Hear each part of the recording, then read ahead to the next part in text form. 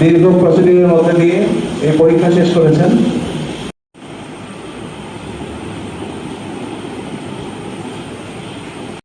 Three six one zero two three six.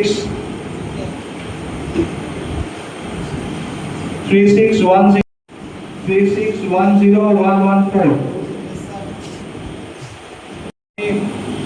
বিশেষ ধন্যবাদ জানাই আমার সাংবাদিক ভাইদের যারা সবসময় আমার পাশে।